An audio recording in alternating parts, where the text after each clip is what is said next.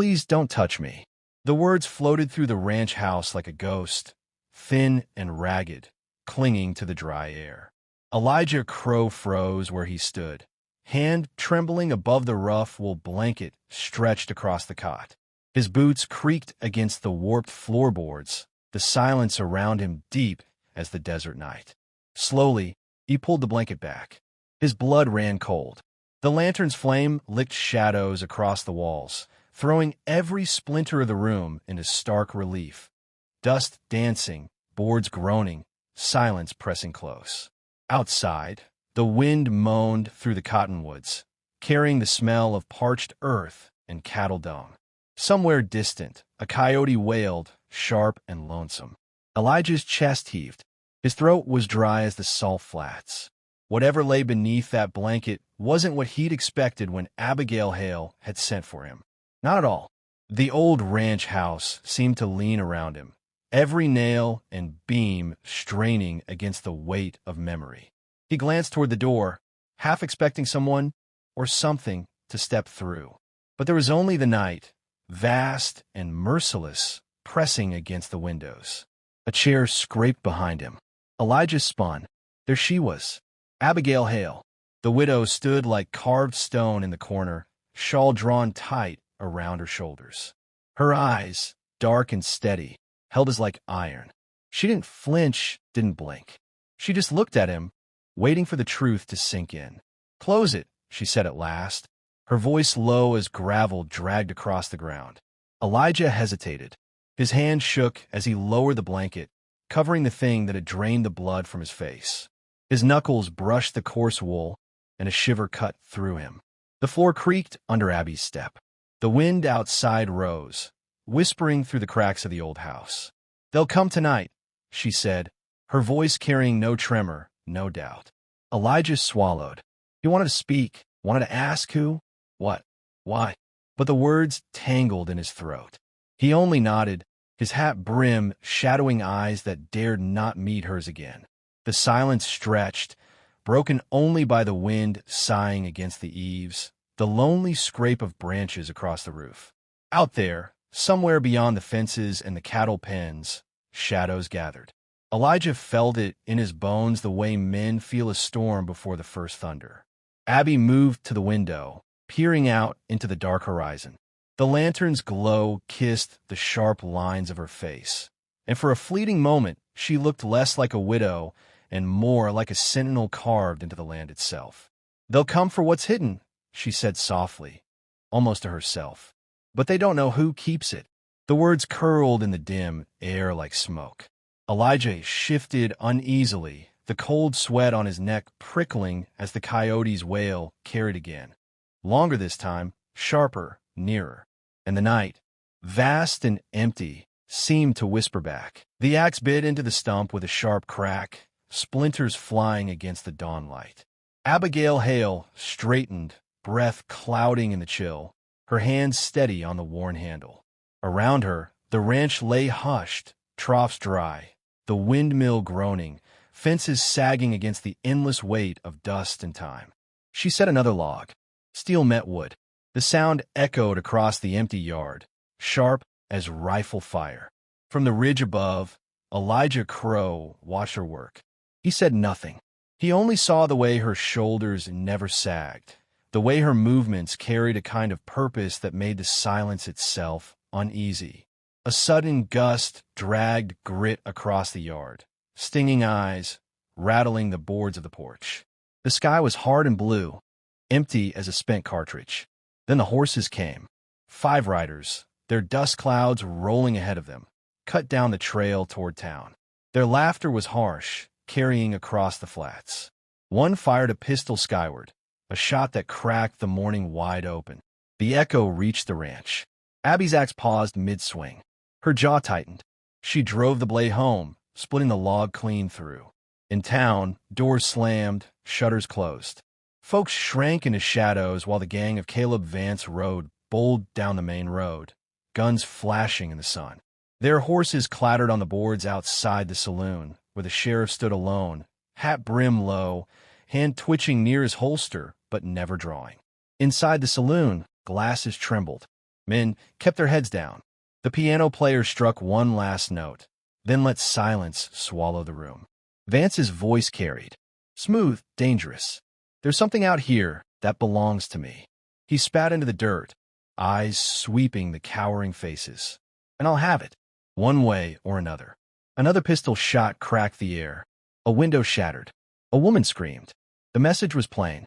Back on the ranch, Abby set the axe aside and crossed the yard. Her boots struck the dust with a slow, measured rhythm. She stepped into the barn, the air heavy with hay and old wood, and reached for the rifle hanging on the wall. The metal was cool under her hand, the weight familiar.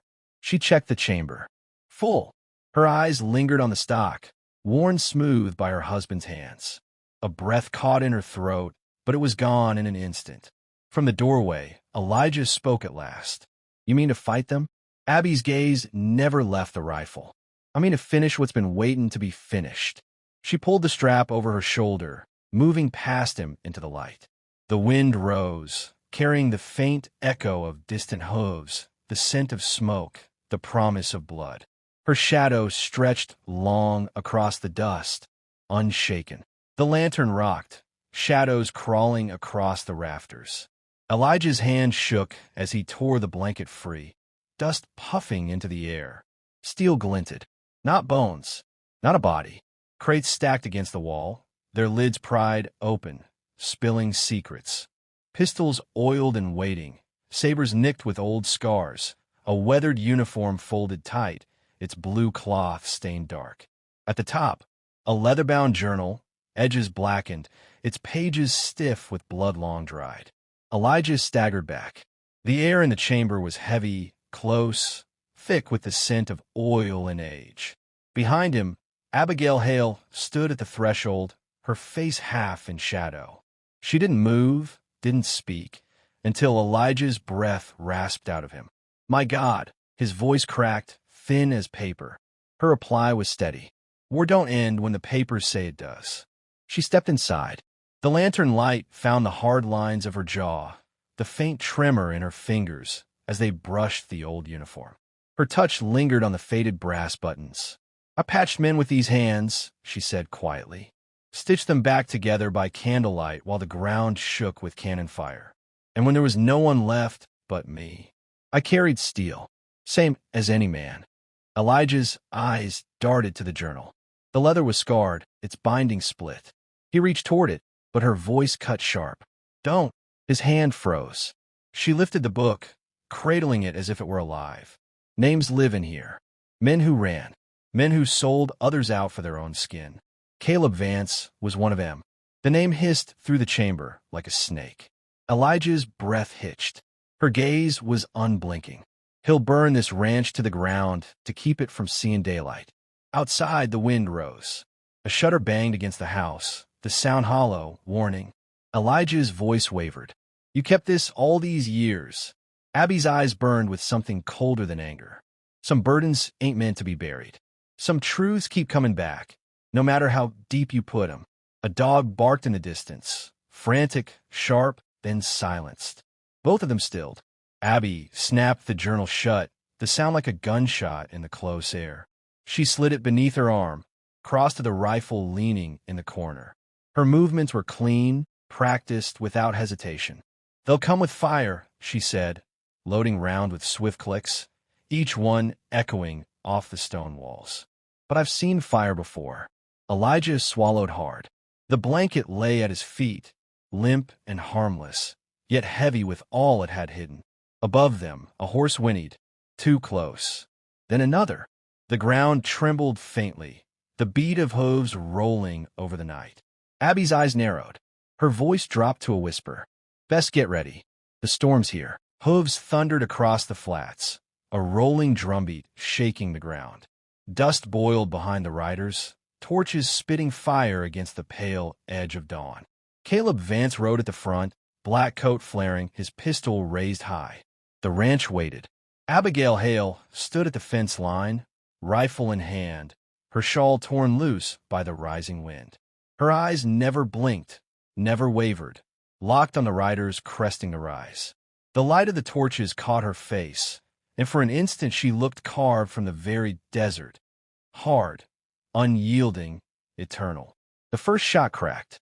One outlaw pitched forward from his saddle, his scream smothered by the dust.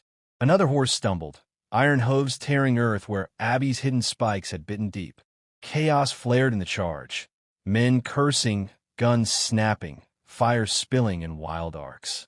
Elijah crouched in the shadows of the porch, firing his revolver with shaking hands, the muzzle flash burning the dark.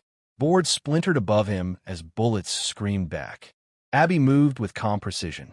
The rifle barked once, twice, each shot deliberate. A rider tumbled. Another clutched his chest and slid beneath his horse's hooves.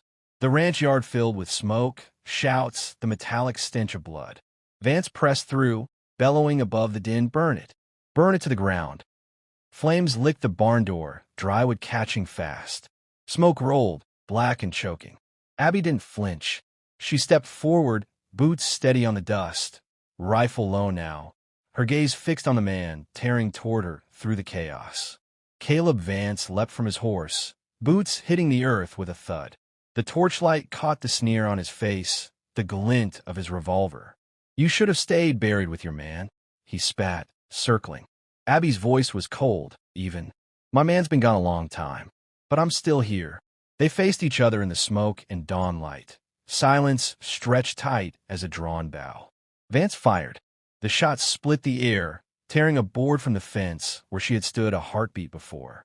Abby rolled, came up with her rifle braced, but she didn't pull the trigger. Instead, she drew the journal from beneath her coat. The leather gleamed in the firelight, scarred and damning. She held it high, her voice carrying above the flames. "Here's your truth, Caleb Vance. Every name, every betrayal. Yours written clear as day." The gang faltered. Their leader's name hung heavy in the smoke, a brand hotter than fire. Men looked at one another, doubt seething in their eyes. Vance's sneer broke. Rage twisted his face, but his hand trembled on the gun. Abby stepped closer, her eyes sharp as steel. "You're not feared. You're remembered. As a coward." The word cut deeper than any bullet. The outlaws turned, one by one, slipping back into the smoke, leaving their leader alone. Vance staggered, fury boiling into emptiness. He dropped his pistol. The fight drained from him like blood from an open wound. The fire hissed as dawn broke over the horizon. Abby stood tall, rifle at her side, the journal clutched in her hand. Her silhouette burned against the rising sun, a figure etched forever into the dust and memory of the frontier. And the story, whispered for years after, said the desert never forgot the day the widow faced the storm, and the storm broke before her.